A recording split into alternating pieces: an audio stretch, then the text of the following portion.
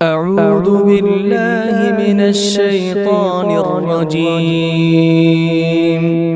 بسم الله الرحمن الرحيم.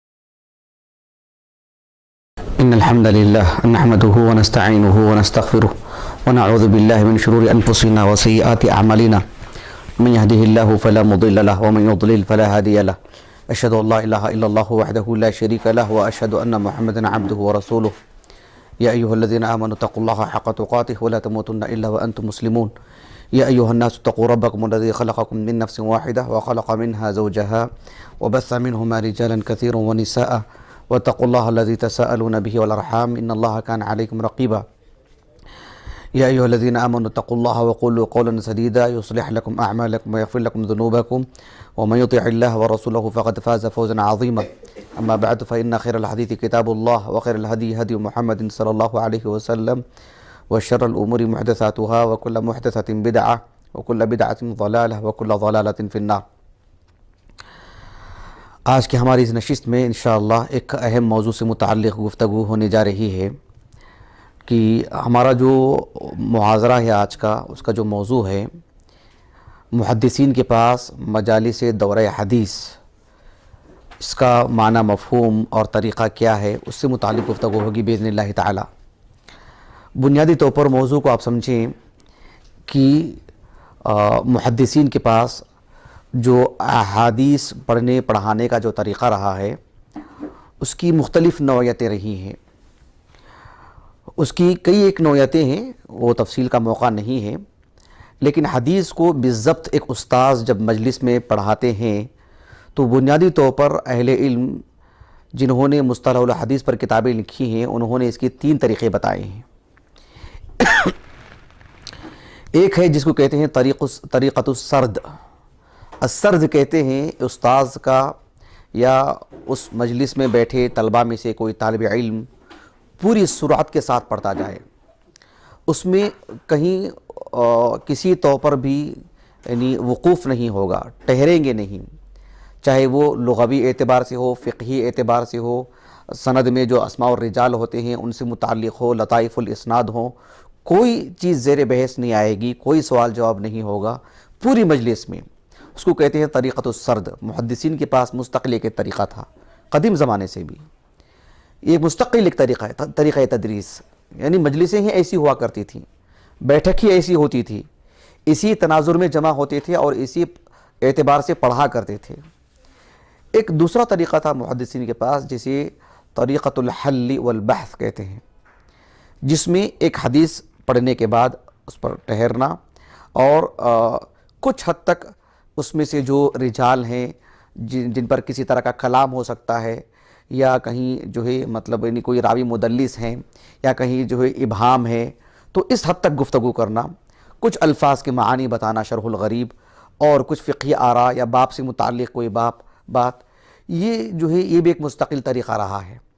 ایک تیسرا طریقہ ہے طریقۃ الامعان، اس میں ایک حدیث کو لیں اور جو ہے مطلب اس پر ساعات، گھنٹے صرف کریں، یعنی ایک ایک راوی سے متعلق پڑھیں، ان کا نام، نسب اور جو ہے ان کے تعلق سے اہل علم کی آراء، اساتذہ، تلامذہ، ان کا کردار، ان کی جہود، ان کی خدمات، ان کے رحلات اور ان کی وفات، اور پھر جو ہے مطلب ان سے متعلق کچھ خاص واقعات، ان کے قبائل، پھر مزید کچھ خاص اس سے جڑی ہوئی ادنا مناسبت سے کوئی بات اس سے جڑی ہوئی ہو اس کو بھی بیان کیا جائے، اور سند پر جو ہی کافی وقت لگایا جائے، اور پھر اس میں لطائف الاسناد الگ سے بیان کیے جائیں، اس سند کو سمجھانے کے لیے دیگر اسانید کو رکھ کر کے پھر مصطلح الحدیث اس سے جوڑ کر کے بتائیں، پھر ایک حدیث کو لے کر کے شرح الغریب، اس کی تراکیب اور اس کی گہرائی گیرائی اور سب اس کی فقہی مسائل، اگر جو ہے مختلفی مسائل ہوں تو اس کے سب وہ طریقۃ الامعان، یہ مستقل ایک طریقہ. تو اس میں ایک طریقۃ السرد بھی ایک طریقہ ہے. جو ہمارے جو مدارس کا جو 8 سالہ نظام ہے اس میں یہ تینوں طریقے جو ہے جگہ جگہ پر کام کرتے ہیں، لیکن عمومی طور پر بڑی جماعتوں میں صحیحین کی جو بات آتی ہے اس کے لیے جو وقت درکار ہے درس نظامی کے تحت، اس میں طریقۃ السرد یہی جو ہے اغلب ہے. اس میں کبھی کچھ بتا دیا جاتا ہے، ورنہ جو ہے اغلب اس کا جو حصہ ہے وہ نہایت سرعت کے ساتھ پڑھا جاتا ہے۔ تو یہ جو ہم ایک جو درس دینے کے لیے بیٹھے ہیں، یہ مستقل ایک حصہ رہا ہے محدثین کی زندگی میں پڑھنے پڑھانے کا۔ یہ بنیادی باتیں جاننا چاہیے۔ اسی لیے ہم دیکھتے ہیں کہ جو یعنی پڑھنے پڑھانے کا جو انداز ہے طریقۃ السرد، اس میں جو یعنی سرعت کے ساتھ پڑھنے والی جو بات ہے، محدثین نے اس پر بھی ترکیز کی ہے۔ آپ دیکھیں کہ امام ابو عبداللہ الذہبی رحمہ اللہ، ان کی معروف کتاب سیر اعلام النبلاء، اس میں انہوں نے ایک 5ویں صدی ہجری کے عالم دین کا نام لکھا ہے، معمر عالم دین۔ اور مجھے یاد آ رہا ہے کہ ایک مرتبہ یعنی طالب علم سے متعلق اس کی اہمیت اور اس میں بلند ہمتی ہونی چاہیے، اس سلسلے میں اشارات میں نے ایک درس دیا تھا، مجھے اچھی طرح یاد ہے۔ اس میں محمد بن طاہر السلفی رحمہ اللہ کے حوالے سے لکھا تھا کہ ان کے جہود سے متعلق بتایا تھا میں نے۔ تو ان کا ترجمہ حیات میں اس وقت ہی میں پڑھا تھا وہ، اور مجھے اچھی طرح یاد تھی وہ بات الحمدللہ، کہ امام ذہبی رحمہ اللہ نے محمد بن طاہر السلفی جو ہیں ان سے متعلق مفصل گفتگو کی ہے سیر اعلام النبلاء میں۔ ان کے ایک استاذ ہیں جن کا نام ہے عبداللہ ابن محمد الانصاری الہروی، وہ بھی 5ویں صدی ہجری کے ہیں۔ ان کا مشہور مقولہ ہے، جو تقریباً رجال پر کتابیں جو لکھی گئی ہیں وہ کہیں نہ کہیں ان کے اس قول کو ذکر کرتے ہیں کسی مناسبت سے۔ وہ کہتے تھے کہ ینبغی لصاحب الحدیث ان یکون سریع القراءہ، ینبغی لصاحب الحدیث ان یکون سریع القراءہ، سریع النسخ لکھنا، سریع المشی، یعنی اس کے پاس جو ہے مطلب ٹہلنے کا اور دھیرے دھیرے چلنے کا تصور نہیں، یہاں سے وہاں تک پہنچنا ہے علی الفور، لکھنا ہے بہت ہی سرعت کے ساتھ۔ یہ ایک مستقل ایک موضوع ہے، میں آپ کو بتاؤں کہ جو ہے سریع الخط یعنی سریع الکتابہ، سریع النسخ، یہ خود ایک مستقل مسئلہ ہے کہ اس کی بھی ایک مہارت چاہیے، یعنی سنتے ہوئے پوری باتیں لکھ دیں۔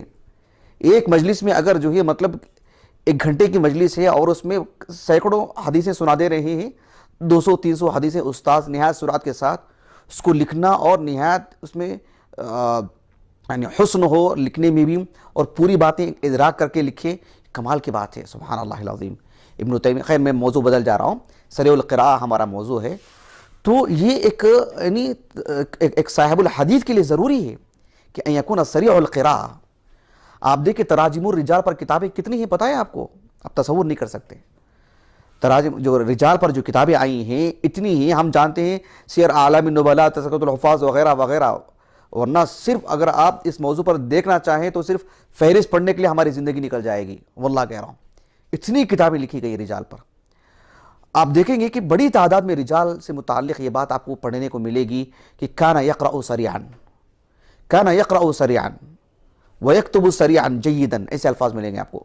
كَانَ سَرِيعُ الْقِرَاءَ جَيِّدُ الْعِبَارَةِ، ایسے الفاظ آپ کو بکثرت ملیں گے روات سے متعلق، اور ظاہر بات ہے 100 میں سے 20 سے 30% لوگوں سے متعلق یہ بات ملے گی، کیونکہ ایک زائد وصف ہے، یہ ایک زائد وصف ہے۔ سبھوں کے اندر اتنی قوت نہیں آتی تیزی سے پڑھنے کے لیے، کبھی فطری طور پر آدمی کے اندر وہ مہارت رہتی ہے باذن اللہ تعالیٰ، کبھی جو ہے اکتسابی طور پر اس کو اللہ کی توفیق سے حاصل کرنا چاہیے، اور اس کے لیے مہارت حاصل کرنا چاہیے، تدریب کے طور پر اس کو بڑا پڑھنا چاہیے۔ تو یہ چیز نمایاں ملتی ہے ہمیں رجال سے متعلق کتابوں میں، یعنی ان کے تعارف میں ضمناً یہ بات پیش کرتے رہتے ہیں کہ کان سریع القراءہ، اس طرح کی بات۔ اب ہم اس میں تفصیل میں نہیں جائیں گے، اب اتنی بڑی مقدار میں اہل علم سے متعلق بات کہی گئی ہے، میں چنندہ 2-3 باتیں میں آپ کو بتلاتا ہوں بہت ہی اختصار کے ساتھ، مجھے فکرہ دینا مقصود ہے، تفصیل سے بتلانا مقصود نہیں ہے۔ آپ دیکھیے 6ویں صدی ہجری کے ایک عالم دین ہیں اور معروف عالم دین ہیں جن کا نام ہے علی ابن ابی الازہر رحمہ اللہ۔ ان کا ترجمہ حیات کئی ایک اہل علم نے لکھا ہے، امام ابو عبداللہ الذہبی رحمہ اللہ نے تاریخ الاسلام جو ہے ان کی کتاب، اس میں بھی انہوں نے لکھا ہے۔ جانتے ہیں ان کی زندگی کے بارے میں کیا لکھا انہوں نے؟ ان کی علمی جو قوت ہے ان کی، اس کو بتلاتے ہوئے امام ذہبی رحمہ اللہ نے کہا کہ كان لا يلحقه احد في سرعة القراءة، اتنی بڑی بات لکھی، اتنی سرعت کے ساتھ وہ پڑھا کرتے تھے، کوئی ان کی برابری نہیں کر سکتا ہے، کوئی برابری نہیں کر پایا ان کی۔ النہایہ فی طبقات القراء، جو ہمارے پاس کتاب ہے 3 جلدوں میں، معروف قراء میں سے ہیں، مقری ہیں، ان کی بھی سوانح حیات اس پہ موجود ہے. اس میں انہوں نے لکھا کہ ایک دن میں 3 مرتبہ انہوں نے قرآن مجید کی تلاوت مکمل کی. یعنی وہ بھی ایک طرز. آپ ان احادیث کی تطبیق مت دیجئے جس میں جو ہے 3 دن سے کم میں پڑھنے والا لا یفقہ والی جو بات آتی ہے، ایک نظر ڈالنے والی بات آتی ہے. یہ میں نے ایک سوال کے جواب میں لکھا تھا اس بات کو، ایک نظر ڈالنے والی بات، ایک مرور. تو اتنی تیزی سے پڑھنا، اور 4تھی مرتبہ جب پڑھنے لگے تو سورۃ الطور تک پہنچ گئے. وہ ایک دن کے اندر کی بات ہے، ایک دن کے اندر کی بات. ان کی نمازیں، ان کے دیگر اوراد و وظائف، اور پھر ان کی زندگی کے کھانے پینے سب ملا کر کی برکت بھی دیکھیے آپ. سبحان اللہ العظیم. یہ بات ہے. کتب ستہ کے ایک معروف رجال ہیں منصور ابن زازان، شیخین کے رجال میں سے ہیں، ثقہ راوی ہیں. ابن حجر رحمہ اللہ نے تو تقریب و تہذیب میں لکھا کہ جو ہے ثقۃ کبیر الشان. تو تہذیب الکمال فی اسماء الرجال میں، کیونکہ میں نے وہیں دیکھا ہے، حالانکہ میرے پاس الطبقات الکبریٰ بھی ہے ابن سعد کی رحمہ اللہ، یہ محمد ابن سعد کا قول ہے.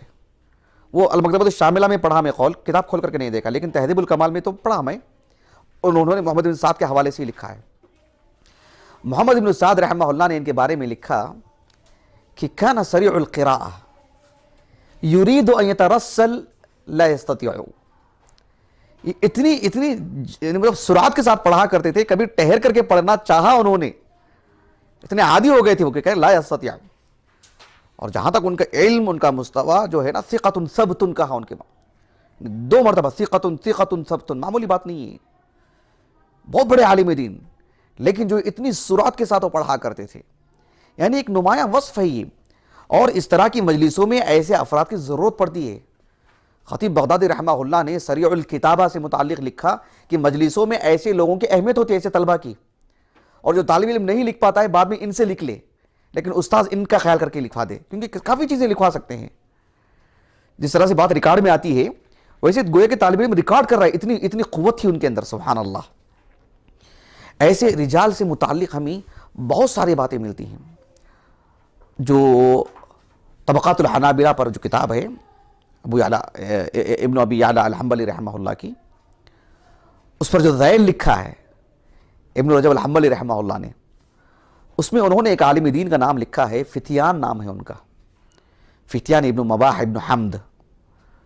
ان سے متعلق انہوں نے لکھا ہے کہ لہو معرفت تامۃ بالحدیث، حدیث سے متعلق خوب ان کو جانکاری تھی. کان یقرأ الحدیث قراءۃ سریعۃ حسنۃ صحیحۃ مفہومۃ. یہ بہت بنیادی بات ہے. یعنی سریع القراء جید العبارہ، سریع القراء مجیدن، یہی ایسی الفاظ ملتے ہیں آپ کو. صرف سرعت سے پڑھنا نہیں ہے، نہایت ادائیگی کے ساتھ. سننے والا، سماع کرنے والا جو ہے مطلب ادراک کر سکے کہ تلفظ میں کہیں مطلب کچھ ایسا نہ ہو کہ کچھ سن لے اور کچھ لکھ لے، نام کچھ اور ہے کچھ اور پڑھ کے آگے نکل جائے. ایسے نہیں، اچھے سے پڑھے، وہی تو اصل تمکن ہے، ورنہ کوئی بھی سرعت سے کیسے بھی پڑھ لے سکتا ہے. تو میں یہ کہنا چاہ رہا ہوں یہ سب مثالیں دے کر کے کہ یہ سب بہت ہی اہمیت کے ساتھ یہ چیزیں بیان کی گئی ہیں. امام ذہبی رحمہ اللہ کے بارے میں آپ کو معلوم ہونا چاہیے کہ انہوں نے ایک کتاب لکھی تھی، ہے ایک کتاب متداول ہے، مطبوع ہے، ہمارے پاس نہیں ہے، المکتبۃ الشاملہ میں موجود ہے، المعجم المختص بالمحدثین. چھوٹا سا رسالہ ہے، ایک 400 صفحے 300 صفحے کا سمجھتا ہوں میں. وہ اس کتاب کے مقدمے میں انہوں نے لکھا ہے، اور مقدمہ نہایت مختصر ہے.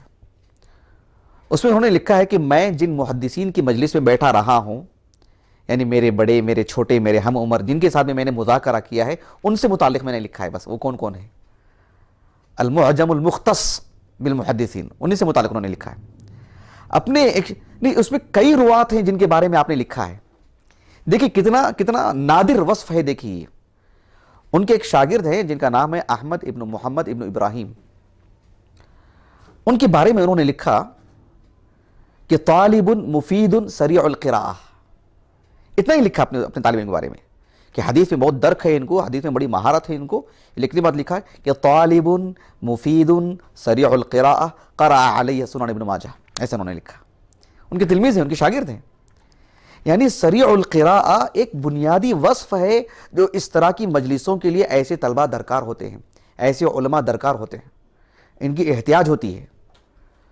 میں اس پہلو کو ختم کرتا ہوں، ایک دوسرے پہلو پر آتا ہوں، لیکن ایک اور نقطہ بتلا دیتا ہوں آپ کو، اچانک یاد آیا مجھے اللہ سبحانہ وتعالیٰ کی توفیق سے۔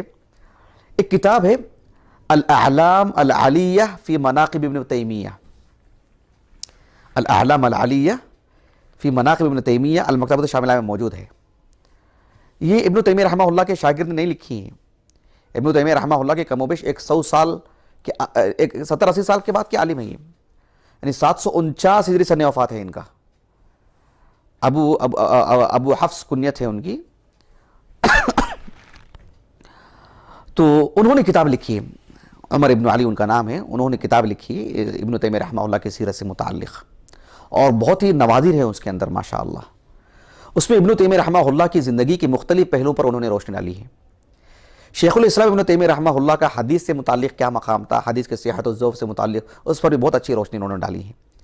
حدیث پڑھنے پڑھانے سے متعلق احادیث کی جو مجلسیں ہوتی تھیں، ان مجلسوں کا بھی ذکر کیا ہے ابن تیمیہ رحمہ اللہ کی زندگی کے بیان کرتے انہوں نے لکھا ہے کہ ایک مجلس تھی، اس میں ایک شیخ حدیث کی کتاب پڑھ رہے تھے، کون سی حدیث کی کتاب وہاں پر نہیں لکھا ہوا ہے، ایک حدیث کی کتاب پڑھ رہے تھے، اور نہایت سرعت کے ساتھ شیخ الاسلام ابن تیمیہ رحمہ اللہ نے اچانک روکا ان کو، رکی، کہا کہ اس سند میں جو تم نے نام پڑھا ہے وہ نام ایسا نہیں ہے، ایسا ہے، اتنی ہی بات ہے، اس میں نام کیا ہے، کوئی تفصیل نہیں ہوتی تو میں وہ بھی آپ کو سنا دیتا، صرف ایسی ہی بات لکھی ہوئی اس میں کہ شیخ الاسلام ابن تیمیہ رحمہ اللہ نے روکا ان کو، اور روک کر کے کہا کہ یہ ایسا نہیں ایسے ہے، اور پھر جو ہے وہ گہری نظر ڈال کر کے دیکھے تو بالکل ویسی تھا جیسے ابن تیمیہ نے کہا رحمہ اللہ۔ تو یہ جو ابو حفص ہیں رحمہ اللہ، جو ابن تیمیہ کی زندگی پر کتاب لکھی ہے، انہوں نے لکھا ہے کہ فانظروا الى هذا الادراک السریع، ایسے انہوں نے لکھا ہے، فانظروا الى هذا الادراک السریع والتنبیہ الدقیق العجیب، ایسے انہوں نے لکھا ہے کہ آپ غور کیجئے کہ ابن تیمیہ رحمہ اللہ نے جو اتنی سرعت کے ساتھ قرات کی جا رہی ہے، کیسے ادراک کر لیا آپ نے، یعنی کس قدر متنبہ تھے آپ، عجیب بات ہے ماشاءاللہ، کس قدر تیز ذہن کے تھے آپ کہ اس میں ہونے والی چوک آپ نے گرفت کر لیا آپ نے۔ اسی لیے انہوں نے لکھا کہ یہ کسی سے نہیں ہو سکتے اس طرح کی چیزیں، الا اذا اشتدت معرفته وقوی ضبطه، تو یہ بہت اہم بات ہے۔ تو اس طرح کی مجلسیں چونکہ ہمارے پاس ہو نہیں رہی ہیں، اجنبی مجلس ہے، کبھی دیکھا نہیں ہم نے، اور اس موضوع پر جو درس دے رہا ہے اس کو بھی نہیں معلوم ہے ایسی مجلسوں کے بارے میں کہ ہوتا کیا ہے، یہ سب نظریاتی چیزیں ہیں ہمارے لیے، یہ سب ہمارے لیے بالکل جو ہے ایک اجنبی چیزیں، سبحان اللہ۔ محدثین کے پاس یہ عام سی بات تھی۔ آج کا جو درس ہے، محاضرہ ہے، یہ ایک پہلو رہا جو میں نے اہمیت بتلانے کے لیے یہ باتیں آپ کے سامنے رکھی کہ سریع القراءہ یہ ایک ایسی ہی بات نہیں ہے، محدثین کے ہاں اس طرح کے طلبہ کی قیمت تھی، مانگ تھی، ان کی ایک اہمیت تھی، ذو شان تھے وہ لوگ، اور جو ہے اس طرح کی مجلسوں میں ایسے حضرات بازی مار جاتے تھے، اور جو ہے مطلب ان کے لیے ایک فوقیت والی بات تھی، نمایاں وصف تھا، سبوں کے لیے ایسے الفاظ نہیں لکھے جاتے تھے، سریع القراءہ چنندہ الفاظ لوگوں کے بارے میں لکھے جاتے ہیں، معمولی بات نہیں ہے یہ۔ اب چلیے میں ایک محاضرے کا جو دوسرا حصہ ہے میرا وہ بھی آپ کے سامنے رکھتا ہوں، وہ یہ کہ جو مجھے بتلانا ہے وہ کہ محدثین کے ہاں مجالس ایسی بھی ہوا کرتی تھی، وہ کس طرح سے پڑھا کرتے تھے۔ اللہ جزائے خیر دے، یہ جو قواعد التحدیث ہے، یعنی فہرست دیکھ رہا تھا میں المکتبۃ الشاملہ میں، اور اچانک جو ہے مجھے نظر پڑی، سبحان اللہ، مجھے اتنی خوشی ہوئی کہ کتاب بھی میرے پاس تھی، اور کھول کر کے دیکھا میں کہ جانتے ہیں آپ جمال الدین القاسمی کو، محمد جمال الدین القاسمی دمشقی عالم دین ہیں، نہایت کم عمر تھی، 48 سال کی عمر میں انتقال ہوا ان کا، یعنی 1914 کو۔ محاسن التأویل تفسیر کی کتاب ہے ان کی، اصلاح المساجد بھی ان کی کتاب ہے، شیخ البانی نے اس کی تصحیح کی ہے، 72 کے قریب ان کی کتابیں ہیں، خیر الدین الزرکلی نے کہا ہے۔ تو جمال الدین محمد جمال الدین القاسمی بہت بڑے عالم دین، ان کی جو کتاب ہے قواعد التحدیث من فنون مصطلح الحدیث، اس میں انہوں نے احادیث کے پڑھنے پڑھانے سے متعلق جو کچھ رہا ہے اہل علم کے مابین، اس کا فصل کر کے انہوں نے جو ہے ذکر کیا ہے۔ ایک باب ہی انہوں نے قائم کیا ہے کہ ذکر ارباب الہمہ الجلیلہ، ارباب یعنی اعلام بڑے علماء ذکر ارباب الہمہ الجلیلہ فی قراءتہم کتب الحدیث فی ایام قلیلہ.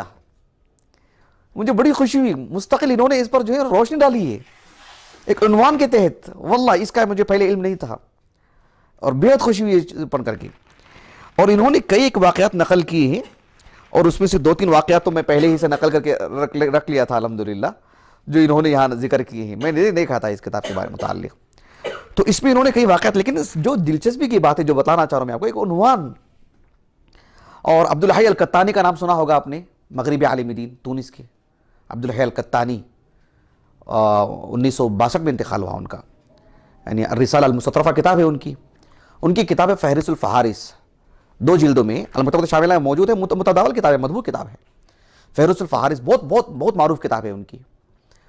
اس میں انہوں نے اپنے ایک استاذ جو مدینہ نبویہ میں رہا کرتے تھے ان کے پاس جانا, ایک حنبلی عالم دین, ان سے ملاقات, اجازت الحدیث وغیرہ سب کچھ ان کی زندگی کے بارے میں بتلاتے ہوئے انہوں نے کہا کہ وہ سریع القراء بھی تھے. وہ بتلانے کے بعد انہوں نے لکھا کہ میں اسی ضمن میں کچھ ان اہل علم کے نام بھی آپ کو بتا دیتا ہوں جو بہت ہی تیز رفتاری کے ساتھ قرات کیا کرتے تھے. تو انہوں نے بھی کچھ واقعات وہاں پر نقل کر دیے ہیں, کچھ واقعات دیے ہیں جو مشترکہ ہیں, کچھ واقعات جو ہے مطلب الگ الگ بیان کی ہیں.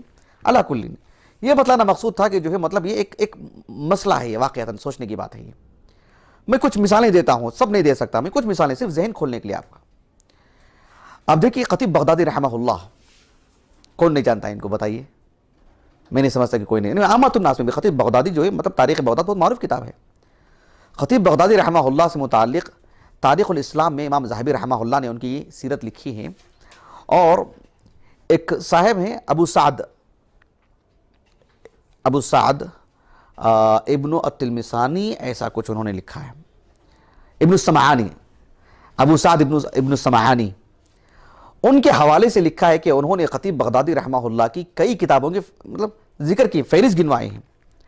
اور مجھے بڑی خوشی ہو رہی تھی کہ جو تقریباً کتابیں ہمارے پاس تھیں وہ الحمدللہ, جو خطیب بغدادی رحمہ اللہ کی کتابوں کی فہرست گنوائی جا رہی تھی.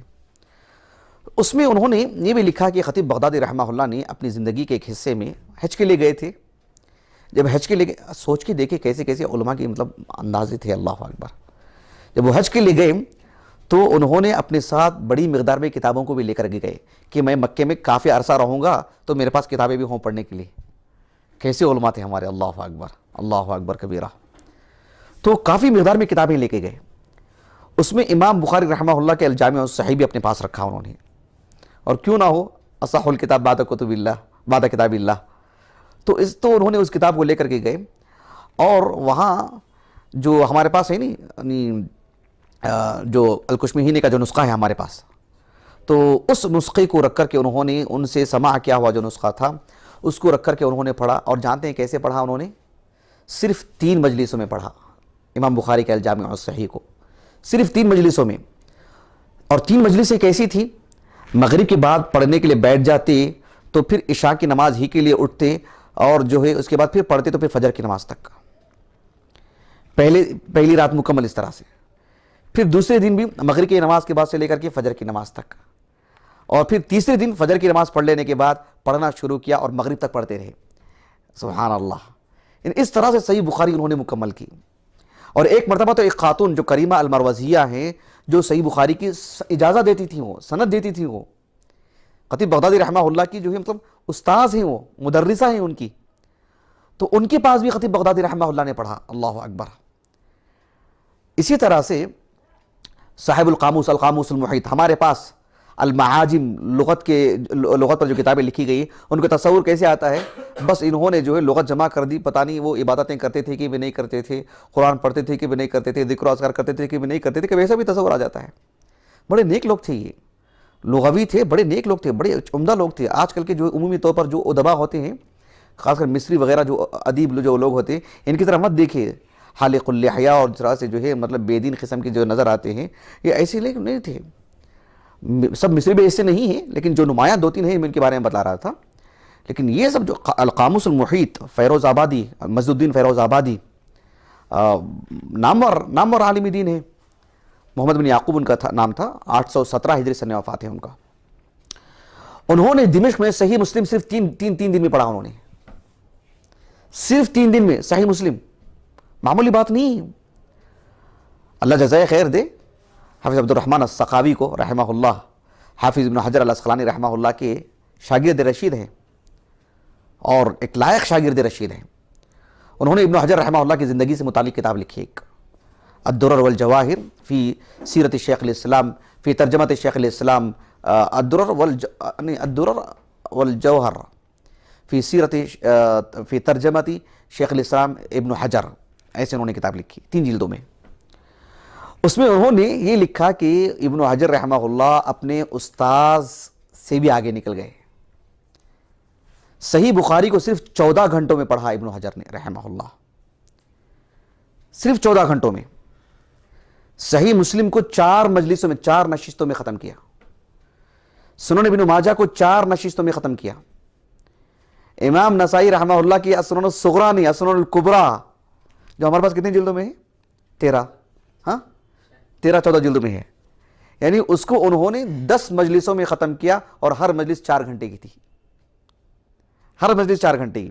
یہ جو تذکرۃ الحفاظ پر جو ذیل ہے لحظ الالحاظ، اس میں بھی وہ واقعہ درج ہے۔ یہ حافظ ابن حجر رحمہ اللہ کے استاذ تھے، اور یہ حافظ ابن حجر رحمہ اللہ کا یہ معاملہ۔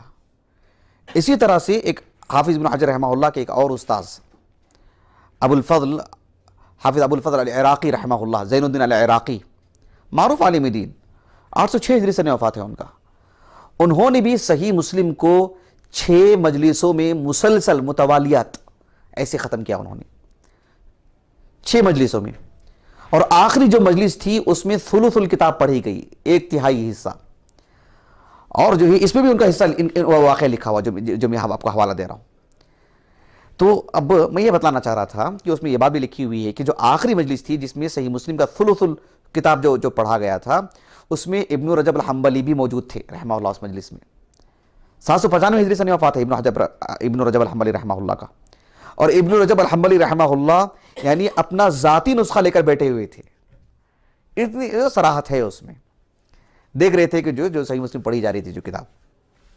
تو ہمارے اہل علم کے پاس یہ جو قدیم زمانے میں ایک نہایت معروف بات تھی۔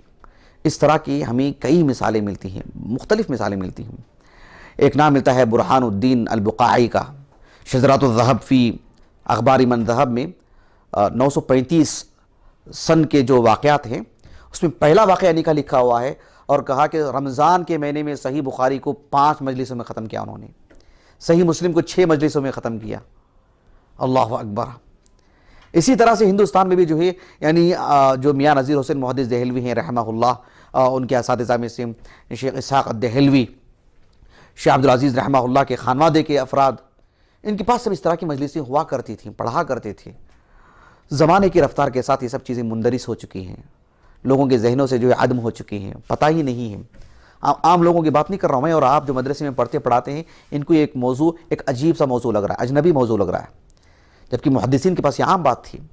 اس کی کئی فوائد ہیں، ایک مرتبہ نظر پڑ جاتی ہے، اس کے ذریعے سے جو سریع القراء ہے اس کا بھی ایک فائدہ ہو جاتا ہے۔ میں ایک موازنہ کرنے کے لیے بتلاتا ہوں، ہمارے میں اور ہمارے اسلاف میں موازنہ کیجیے۔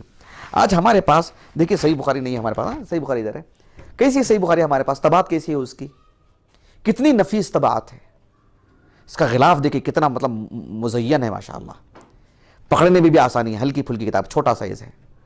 ان کے پاس کتابیں کیسی ہوتی تھیں، کس طرح کا لکھا ہوا نسخہ ہوتا تھا ان کے پاس، کیسی سیاہی ہوتی تھی ان کی، کتنے اوراق رہے ہوں گے، صحیح مسلم کا مطلب پتہ نہیں کیا رہا ہوگا۔ خطیب بغدادی رحمہ اللہ کے ہمارے پاس تاریخ بغداد ہے، کتنے جلدوں میں ہے؟ 17 جلدوں میں ہے۔ ابھی میں نے جو حوالہ دیا تھا آپ کو جو تاریخ الاسلام میں ان کی کتاب کا جو حوالہ دیا گیا ہے، 120 اجزاء بتائے گئے اس کے۔